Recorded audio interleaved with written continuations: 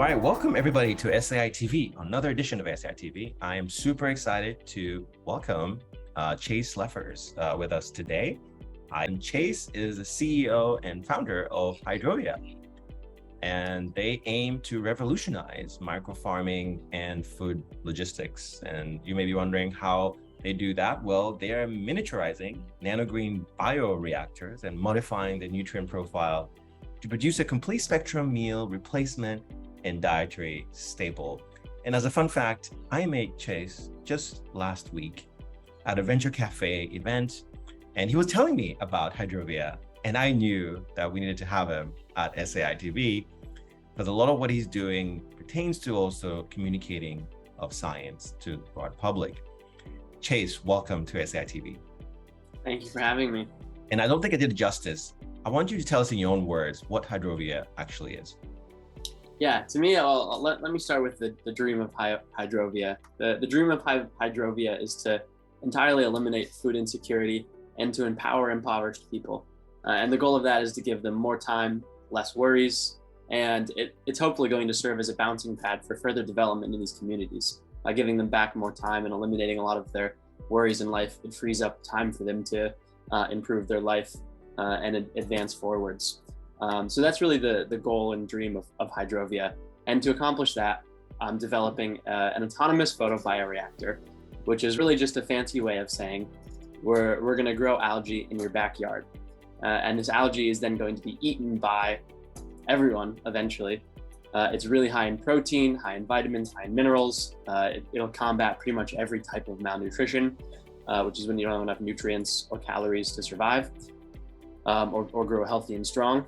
And the algae system, the Hydrovia's algae system, is entirely hands-free. So it doesn't require any extra time from the user. It's really low cost. It's very, very environmentally friendly. It'll purify the air around these regions. And often these regions are pretty polluted if they're in urban slums. And at the end of the day, it'll reduce everyone's worries and ensure everyone has a full stomach. I mean, and I'm curious, what inspired you to start this? Because again, you are an undergraduate at BU, right? Is that correct?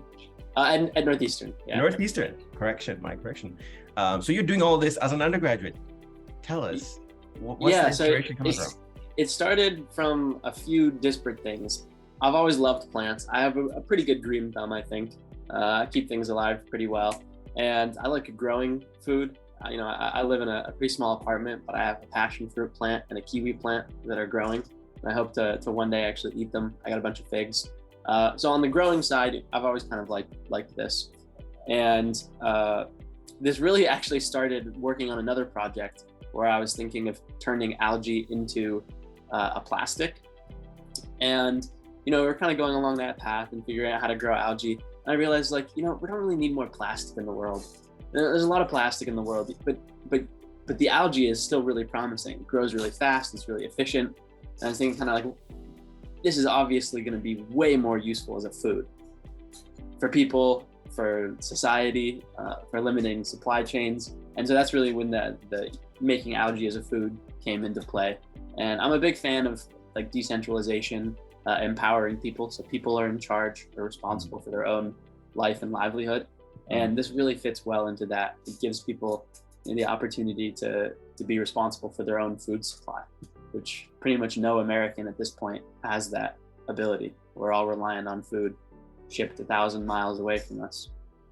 Yeah, so I think I love that, the decentralization component.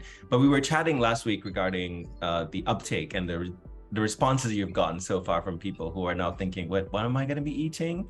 Does that even taste good? Tell us more about that. Yeah, unfortunately, when you say algae to people, their first thought is not food. And so it's kind of been an uphill battle on that and convincing people no, it's actually really good for you. It tastes bad. Also, it tastes actually pretty horrible, which is another uphill battle, is trying to figure out how to make it actually taste good and how to get people to eat something that not only do they think badly about it, but when they taste it, their first thought is, no, this isn't edible, even though it really is. And so as part of that is trying to change the story around algae. It's actually been used as a food for thousands of years by people. Many indigenous communities used to eat algae all the time. Some still do. So it has a lot of history of being eaten, but modern perception of it is less than stellar. Yeah, and I think also the communication of the science behind it as well, right? That this is going to be an important component of once you do roll this thing out. So how are you thinking around that? Because people think, as you said, you mentioned the word algae, people suddenly are like, what are we doing? So how do you envision going around that issue with communication, in particular about the science and everything else around it? Yeah, on the science side, you say like microalgae or algae, and again, yeah, people's eyes glaze over, or photobioreactor, as I mentioned earlier, and it makes people just kind of like turn off a little bit. Even though when you really break down the word photobioreactor, it's just sunlight growing chamber, basically. Right. Yeah, and so getting people accustomed to not necessarily like the hardcore science, because you don't need to know the hardcore science to understand it, but kind of understanding the general aspect of it, how it works. It works really similar to like a regular plant is important, and so for that, that's really on me, is being really clear in my descriptions to people of how we're growing, what we're growing, why it's good for you, and all of that, and to get people to kind of repair the schism between the science of microalgae photobioreactor and food on your table. And really getting people to mesh those together, I think, is important. And I think that's, again, for what we do here at SAi as well, where a lot of us are building initiatives to traverse that gap, right, between science and society more broadly, and thinking through innovatively. So I'm already thinking like potential collaborators that you could, once you're fully operational, to bring in folks that might be on the ground doing work that can give you access to people, right, to tell them more about the science behind this, right, why this could potentially work. So tell me one thing. Are you still in the idea phase, or is this thing like alive and is Hydrovia?